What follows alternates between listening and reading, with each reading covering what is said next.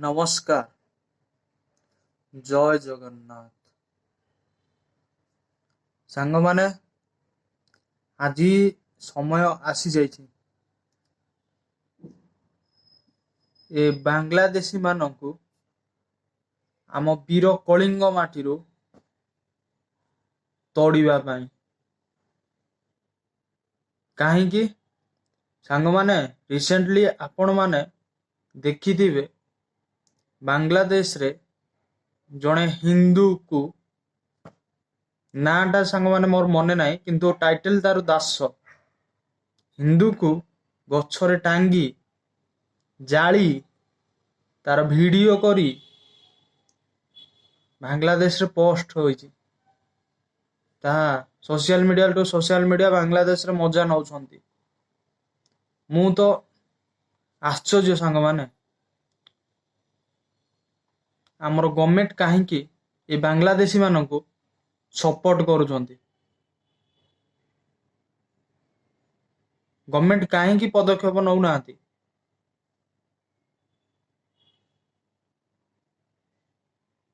ଆଜି ଏ ଭିଡିଓ ମାଧ୍ୟମରେ ମୋର ଜଗନ୍ନାଥଙ୍କ ଭୂମିରୁ, ଉତ୍କଳର ଭୂମିରୁ ପ୍ରଥମେ ଆମେ ଏ କାର୍ଯ୍ୟକୁ କରିବା। ଏ ବାଂଲାଦେଶୀ ମାନଙ୍କୁ ଆମର ଉତ୍କଳର ମାଟିରୁ ସବୁଦିନ ପାଇଁ ବିଦାୟ କରିବା। ଏମାନେ କଣ କରୁଛନ୍ତି? ଗୋଟେ ମୁଁ ରିସେଣ୍ଟଲି ଦେଖୁଥିଲି ସାଙ୍ଗମାନେ, ଗ୍ରେଟର ବାଂଲାଦେଶ କରିବେ।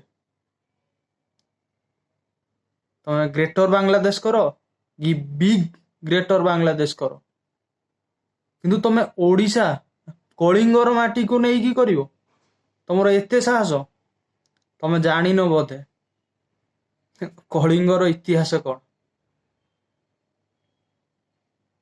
କଳିଙ୍ଗର ଇତିହାସ ପଢ, ସେଇଥିପାଇଁ ଏଜୁକେସନ ଦରକାର ସାଙ୍ଗମାନେ।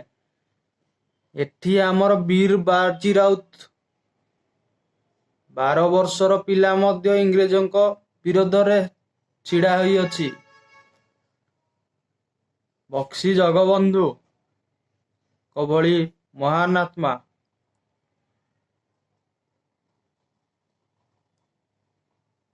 ଆରେ ତମେ ଆମକୁ କଣ ନେଇକି ଗ୍ରେଟର ବାଂଲାଦେଶ କରିବ? ଆମେ ତମକୁ ଓଡ଼ିଶାରୁ ପ୍ରଥମେ ହଟେଇବୁ।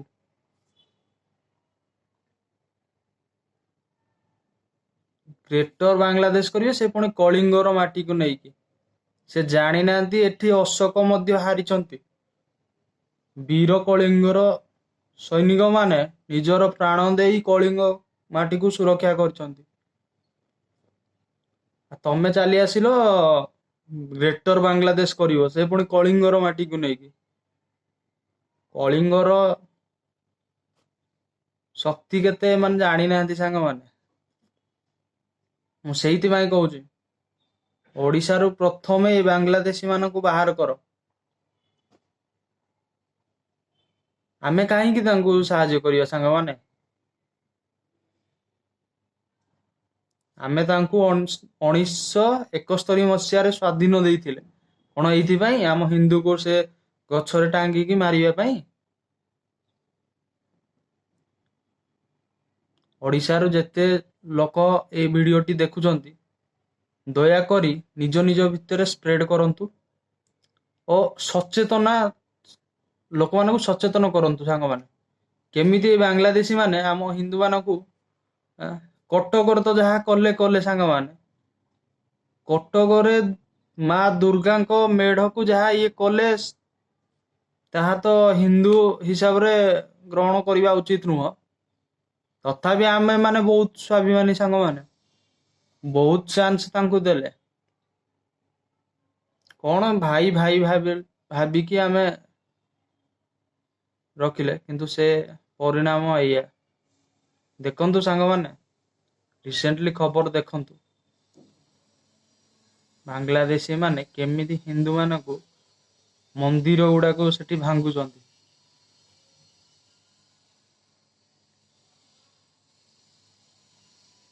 ଏମାନଙ୍କୁ ପ୍ରପର ଜବାବ ଦରକାର ସାଙ୍ଗମାନେ।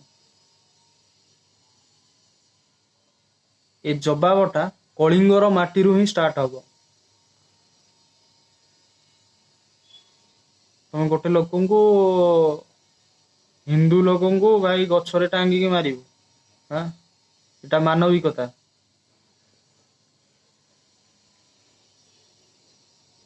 ସାଙ୍ଗମାନେ,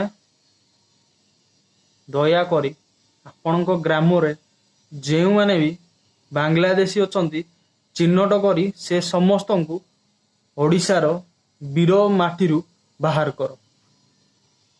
ଯାଆନ୍ତୁ, ସେ ଯୁଆଡେ ଯିବା କଥା ତାଙ୍କ ଦେଶକୁ ଯାଆନ୍ତୁ। ସେ କୋଲକାତା ଯାଆନ୍ତୁ, ଯିବାରେ ଅଛି ଯାଆନ୍ତୁ, ସେଠି ତାଙ୍କ ସରକାର ସେ ବୁଝିବ। ଆମେ ଓଡ଼ିଶା ମାଟିରେ ତାଙ୍କୁ ରଖେଇ ଦବା ନାହିଁ। ଓଡ଼ିଶାର ବୀର ମାଟିରେ ବାଂଲାଦେଶୀ ମାନଙ୍କୁ ଆଲାଉ ନାହିଁ। ବାଂଲାଦେଶୀ ମାନଙ୍କୁ ହଟାଅ ସାଙ୍ଗମାନେ, ନହେଲେ ପରିସ୍ଥିତି ଆଗକୁ ଆହୁରି ଭୟଙ୍କର ହବ। ମୁଁ ତ ବାର ବାର ବହୁତ ନ୍ୟୁଜ ଦେଖୁଛି ସାଙ୍ଗମାନେ, ଗୋ ହତ୍ୟା ଚାଲୁଛି ଏବେ ଓଡ଼ିଶା ମାଟି ଦେଇକି ହିଁ ଗୋ ହତ୍ୟା ଚାଲୁଛି, ଗୋ ଚାଲାଣ ଚାଲୁଛି। ଯାହା ହଉ, ଧନ୍ୟବାଦ ସେ ଭାଇମାନଙ୍କୁ ଯୋଉମାନେ ଗୋ ଚାଲାଣକୁ ରକ୍ଷା କରୁଛନ୍ତି, ଗୋମାତା ମାନଙ୍କୁ। ଏ ବାଂଲାଦେଶୀ ମାନଙ୍କୁ ହଟାଅ, ଓଡ଼ିଶାକୁ ହିନ୍ଦୁ ରାଜ୍ୟ ଭାବରେ ପରିଣତ କରିବା।